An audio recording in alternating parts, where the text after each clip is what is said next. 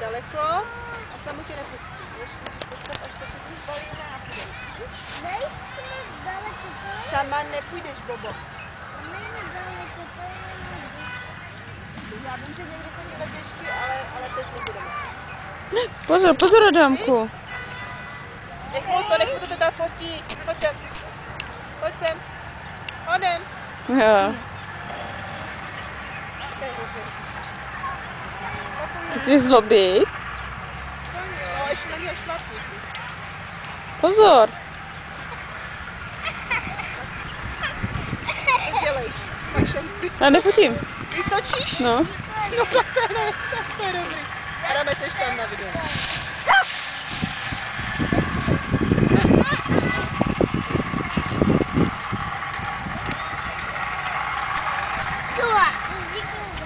Podles to.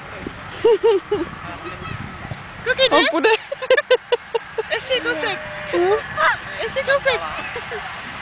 Tady, podles to. Víš? Hele, koukej. Myslíš, že se vleze? Jde. O, to půjde na těsno. To asi nepronde. Dobrý. Dobrý, prošel jsi. Já jenom jeden, jo? Nechci tečů. Teď jak jsi byla, prosím, proč jsem zrovna říkala. Já jsem taky, že víte, že jednu, jestli doufám, že nechci tečů. No. Jsi v Praze.